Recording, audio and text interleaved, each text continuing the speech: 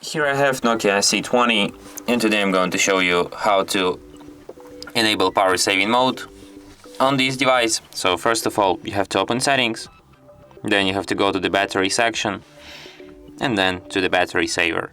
Here you can switch this mode. Here you can set a schedule to it based on your percentage.